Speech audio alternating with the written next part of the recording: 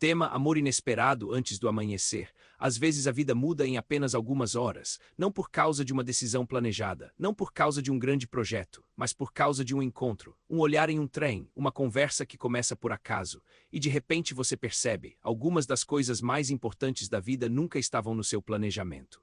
O filme Antes do Amanhecer parte exatamente dessa pergunta silenciosa. E se os momentos que realmente importam forem justamente aqueles que não estavam no roteiro? Contexto no filme: dois jovens, Jesse e Celine, se conhecem por acaso em um trem na Europa. Eles não têm um passado juntos, não têm promessas, não têm garantia de futuro. Eles têm apenas uma única noite em Viena para caminhar, conversar, filosofar sobre a vida, o amor, o tempo e o medo de crescer. Parece pouco. Mas às vezes poucas horas são suficientes para revelar algo que anos inteiros escondem, porque quando duas pessoas se encontram sem máscara social, sem expectativas rígidas, sem pressão de dar certo, a conversa ganha uma honestidade rara, e ali surge algo que a nossa época quase esqueceu: a beleza do encontro humano genuíno. Nós vivemos em uma cultura que tenta transformar tudo em planejamento. Planejamento de carreira, planejamento financeiro, planejamento de relacionamentos. Aplicativos calculam compatibilidade. Algoritmos sugerem parceiros ideais, perfis são analisados como currículos emocionais, mas existe um detalhe fundamental que nenhum algoritmo consegue prever: a química imprevisível entre duas consciências livres. O encontro entre Jesse e Celine é poderoso justamente porque ele não foi otimizado, não foi calculado, foi simplesmente vivido, e isso revela algo profundo sobre a natureza humana. Algumas experiências da vida não podem ser programadas, elas precisam ser permitidas.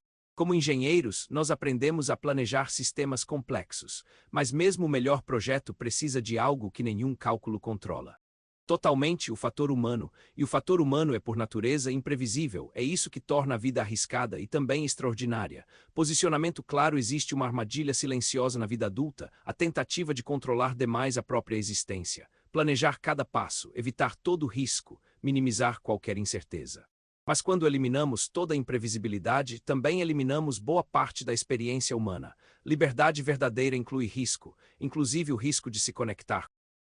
Atravessa todo o filme, a vida não é feita apenas de grandes decisões, ela também é feita de pequenas permissões. Permitir conversar, permitir caminhar mais um pouco, permitir continuar uma conversa interessante, porque às vezes a história inteira começa com algo muito simples: alguém dizendo: "Você quer descer do trem comigo?"